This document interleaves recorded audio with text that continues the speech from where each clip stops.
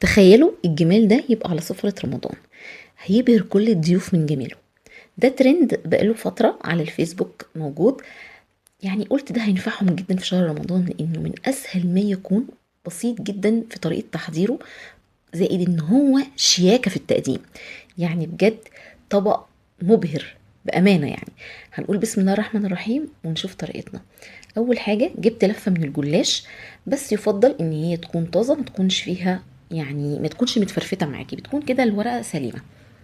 جبت دهنة كده من اي مادة دهنية عندك، انا عاملة زيت وسمنة مع بعض، تقدري تخليها سمنة بس براحتك مفيش مشكلة. هي على العموم ما بتاخدش كتير، يعني احنا بندهن بس بالفرشة كده، حاجة كده بسيطة عشان نورق بين الطبقات، لان هي كده كده هتكون مقرمشة معاكي. تمام. حطيت ورقتين فوق بعض ودهنت من كل ورقة والتانية ومن على الوش. وبعد كده بعد ما دهنت كده الورقة التانية هبتدي ان انا اطبقها بالنص بالشكل ده، هتنيها تانية. تمام. الموضوع سهل لحد دلوقتي معاكي. بالسكينة وبالنظر بالعين كده هقسم على 3. ادي اول واحدة وادي التانية بالنظر كده، المهم حاولي تكونوا 3 قطع قد بعضيهم.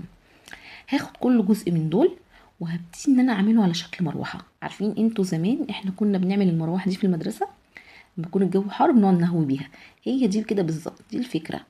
بياخد كده وببتدي من النص اخد وبحط من النص بقى كده، بشبكها بخله من السنان بس كده. شايفين شكلها بيبقى حلو جدا، بتتعمل بسرعه جدا، ما بتاخدش منك اي وقت خالص، وطبق جديد وشيق كده للضيوف تكوني حطاه في سفرة رمضان.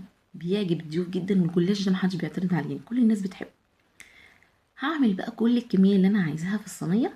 شايفين شكلها حلو ازاي يا جماعة؟ شكلها حلو جدا، بصوا حتى وهي لسه نية.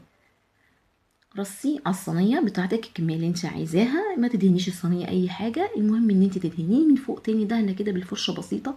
الكمية دي يا جماعة ما خدتش مني حوالي ربع كوباية من الزيت والسمنة مع بعض، لان انا ما عملتش لفة الجلاش كلها، انا عاملة حوالي نص لفة. فدهنة كده بسيطة تاني، وفي الوقت ده بكون مشغلة الفرن بتاعي على حرارة متوسطة. بتاخد حوالي 25 دقيقة على رف متوسط، ما بشغلش الشواية خالص، انا بشغل الفرن بس من تحت، الشواية ما بشغلهاش. وبتاخد وقتها وبتحمر براحتها، من لون من فوق ومن تحت لون كده موحد. تمام. بتطلعيها كده بتبقى واخده لون الذهبي ده الحلو.